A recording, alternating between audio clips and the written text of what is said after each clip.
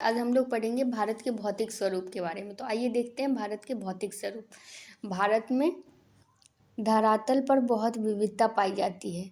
कहीं पर ऊंचे ऊंचे पर्वत पाए जाते हैं, तो कहीं पर ऊंचे ऊंचे पर्वत, तो कहीं पर समतल मैदान है।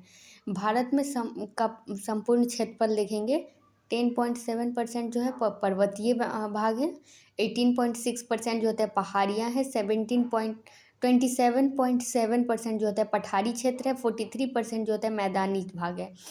भौतिक रचना और धरातल के रूप के अनुसार जो होता है भारत को 5 भाग में बांटा गया है। उत्तरी पर्वतीय क्षेत्र, विशाल मैदान, प्रायद्वीपीय पठार, मरुस्थलीय प्रदेश, समुद्र तटीय मैदान। ये आप लोग लिख लेंगे, अपने नोट्स में लिखते जाएंगे साथ के साथ, नहीं तो आप स्क्रीनशॉट ले लीजिए, नहीं तो बाद में भी लेक्चर अभी पढ़ लीजिए और बाद में आप लेक्चर देख के उसको रोक रोक के फिर लिख लीजिएगा।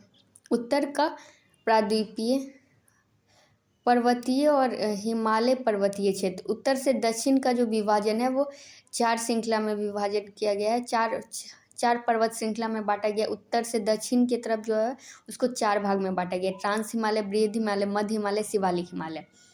और पश्चिम से पूरब जो है उसको भी 4 भाग में बांटा गया है, पंजाब हिमालय या कश्मीर हिमालय, कुमायूं हिमालय, नेपाल हिमालय, असम हिमालय, ये चारों हैं। आइए देखते हैं ट्रांस हिमालय। उत्तर से दक्षिण का जो विभाजन था, ट्रांस हिमालय, बृहद हिमालय, मध्य हिमालय, शिवालिक हिमालय, उसमें देखेंगे ट्रांस हिमालय। यह हिमालय जो होता है सबसे पुराना भाग है और यहाँ पर वनस्पतियाँ का मतलब वनस्पतियाँ की यहाँ कमी है, यहाँ वन सब नहीं है, यहाँ वनस्पति की कमी है। इसके अंतर्गत जो होता है इसके अंतर्गत इसको भी ट्रांस हिमालय को भी 4 भाग में बांट दिया गया है, काराकोरम, लद्दाख, जास्कर और पीर पंजाल पर्वत श्रेणी। तो भारत में जो होता है सबसे ऊंची जो होता है चोटी जो होता है K2 गॉडविन ऑस्टिन जो होता है वो, ये आप लोग को एग्जामिनेशन पॉइंट ऑफ व्यू के लिए बहुत ज़्यादा इंपॉर्टेंट होता है। ये आप लोग याद रखेंगे, नोट में करके लिख लेंगे कि भारत की सबसे ऊंची चोटी जो होता है K2 गॉडविन ऑस्टिन जो होता है वो 8611 मीटर है। वो काराकोरम पर्वत श्रेणी की सर्वोच्च चोटी है। और माउंट राकापोसी जो है वो लद्दाख की सबसे, तो ट्रांस हिमालय में ही लद्दाख भाग है ना, ट्रांस हिमालय में ही पीर पंजाल, लद्दाख, जास्कर, पीर पंजाल।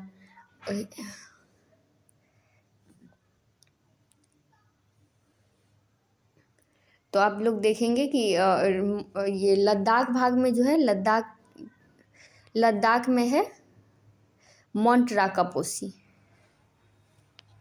माउंट राकापोसी जो है वो लद्दाख में है।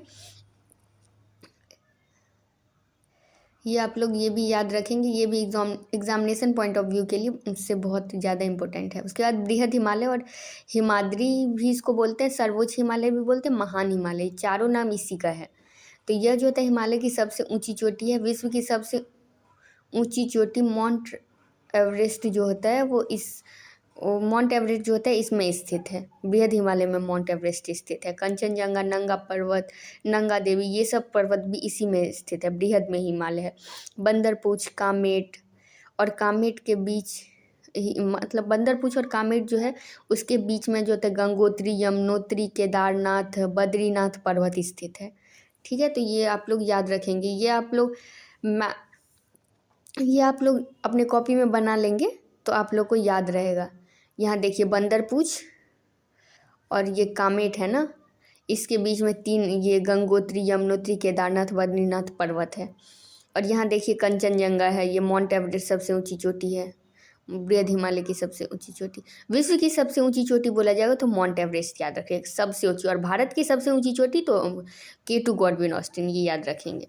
उसके बाद देखिए मध्य हिमालय, लघु हिमालय जो होता है, हिमालय का ये जो होता है पर्यटन के लिए बहुत ज़्यादा मशहूर है। यहाँ की औसतन ऊंचाई जो होता है, यहाँ की औसतन ऊंचाई है औसतन ऊंचाई जो है वो 1800 to 3000 मीटर है। इसी के पास जो होता है शिमला, कुल्लू, मनाली और मसूरी, नैनीताल, डलहौजी जो होता है, रानीखेत, ये सब जो होता है वो पर्यटन के लिए बहुत ज़्यादा मशहूर है। आप लोग यहाँ घूमने जा सकते हैं, इस सब के लिए मशहूर है। तो यहाँ जो होता है ढालों पर छोटी छोटी जो होता है घास का मैदान भी पाया जाता है, जिसे कश्मीर में जो होता है मर्ग बोलते हैं, जैसे सोनमर्ग, गुलमर्ग, ये घास के मैदान है, इसको मर्ग नाम से जाना जाता है कश्मीर में।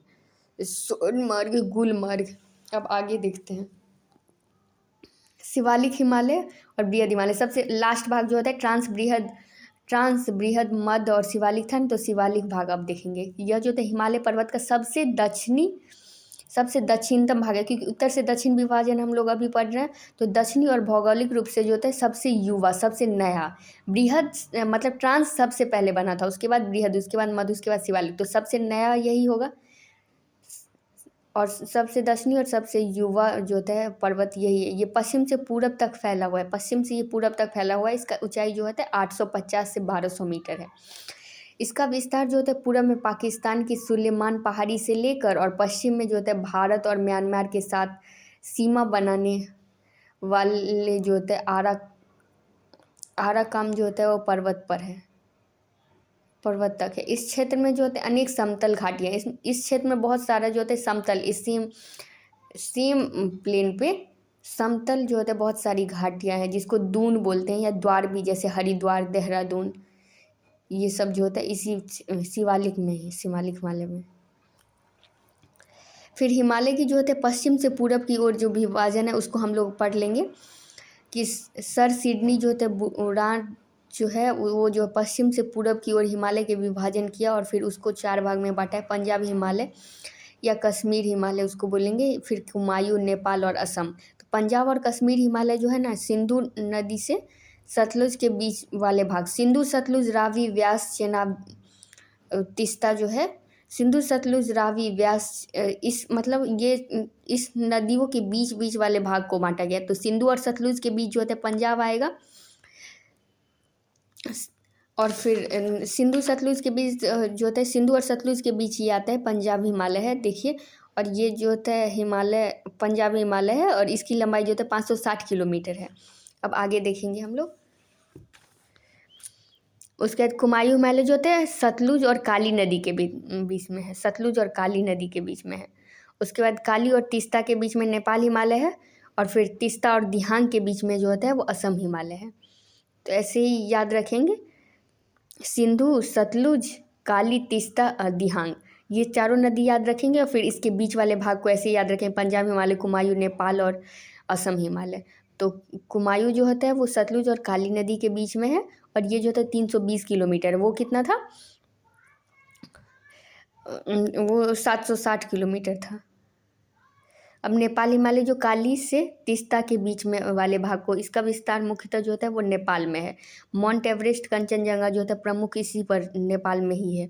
उसके बाद जो होता है असम जो होता है वो तीस्ता से दिहांग के बीच में है। दिहांग को ब्रह्मपुत्र नदी भी बोलते हैं। इसके मध्य वाले भाग को असम हिमालय बोलते हैं। इसकी लंबाई जो होता है 720 से 750 किलोमीटर है। अब हम लोग भारत के पर्वत जो होते हैं वो नेक्स्ट क्लास में पढ़ेंगे।